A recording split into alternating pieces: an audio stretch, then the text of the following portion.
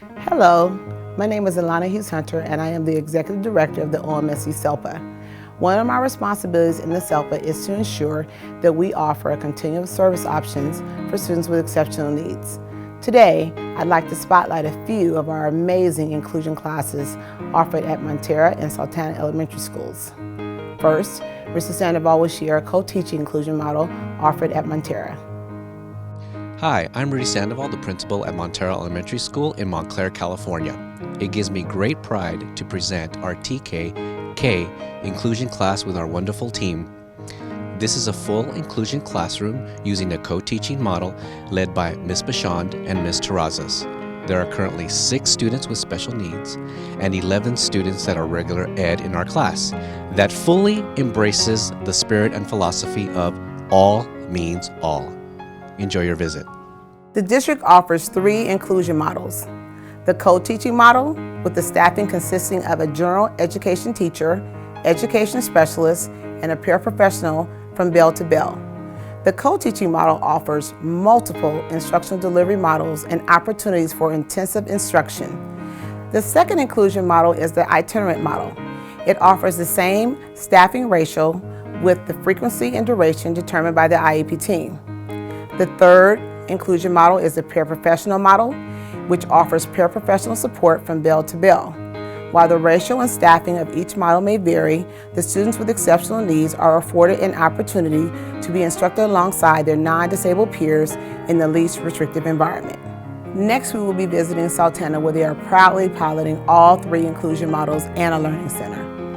Today we will be visiting an itinerant inclusion preschool class. In this model, an itinerant special education teacher pushes in and supports for a portion of the day, while an instructional aide supports the class the entire day.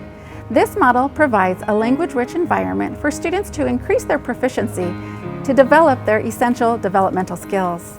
From the success of the preschool program, Sultana expanded into TK, Kinder, and first grade, utilizing the co-teaching model. With this program, a special education teacher, general education teacher, and instructional aide support the class for the entire day. Staff co-plans and delivers instruction to all students.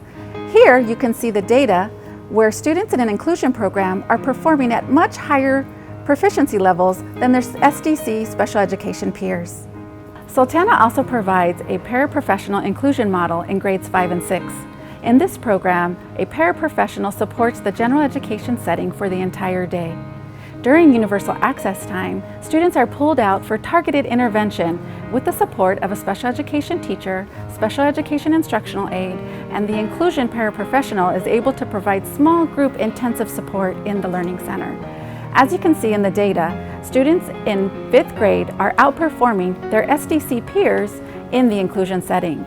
In addition, students in the inclusion program are increasing their Lexile proficiency at a faster rate than their general education peers, closing the gap to achievement.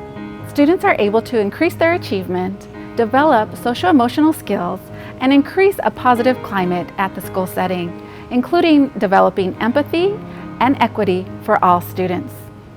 I've been a special education teacher for over 23 years. For the first 20 years, I taught in a special day class. And while I was confident in my ability to help students progress in their social, emotional, and academic skills, I always felt that it was not the best setting to help them reach their academic potential. The biggest reason for this is their motivation for learning. When we separate and segregate students into a different classroom, it affects their self-esteem, their self-confidence, and their motivation to want to do the best that they can. Once students were placed in the inclusion classroom, they were developing a sense of community where all students develop caring relationships. Everyone is valued and respected, and everyone wants to support and celebrate each other in spite of their strengths, weaknesses, talents, and needs. The first best instruction happens in the general education classroom. So when students are provided with the supports and accommodations they need to learn and grow to their potential, everyone achieves more. The goal in the inclusion classroom is for all students, the higher achieving, the on-level, the lower performing students, to learn and grow to their potential. One thing I noticed about higher achieving students is that they were making great gains in their 21st century skills. I saw improvement in their ability to collaborate, communicate, think critically, and work creatively with others of varying ability levels. The Learning Center model really benefits the entire school in a good way. The lesson learned here is that when we all work together, when the student chooses the inclusion model, when the teachers choose it, when the parents want it, and when administrators support it, things work better because together everyone achieves more. I've been teaching at Montero Elementary School for about 5 years, and I'm excited to talk about the inclusion program. It's been wonderful. I have had some really great students, and the key, I believe, to the inclusion class is relationships. Inclusion consists of 2 teachers, a general education teacher and a special education teacher. And relationship is key because if you can create an environment that's comfortable, safe, with some good classroom management, you can get some great benefits for your students. Some of those benefits are access to the general education curriculum, more instructional support, of course, learning from peers, and the increased respect that the students have for the different learning styles that come through the classroom. One of the ways that we create that environment for our students is we have different teaching styles throughout the day. We co-teach.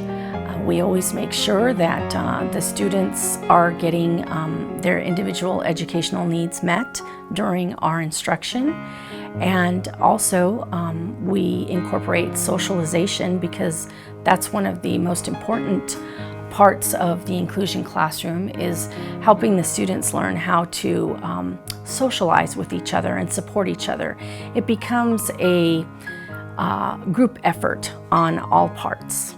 Our journey to implementing inclusion to the greatest extent possible in OMSD will be a slow and strategic process. This process begins with implementing inclusionary practices such as universal design for learning, differentiated instruction, and accommodations to support placements in the general education setting. Regardless of the model selected, a collaborative teaching approach is required, which includes planning, teaching, and assessing together. Remember, all does mean all. Thank you.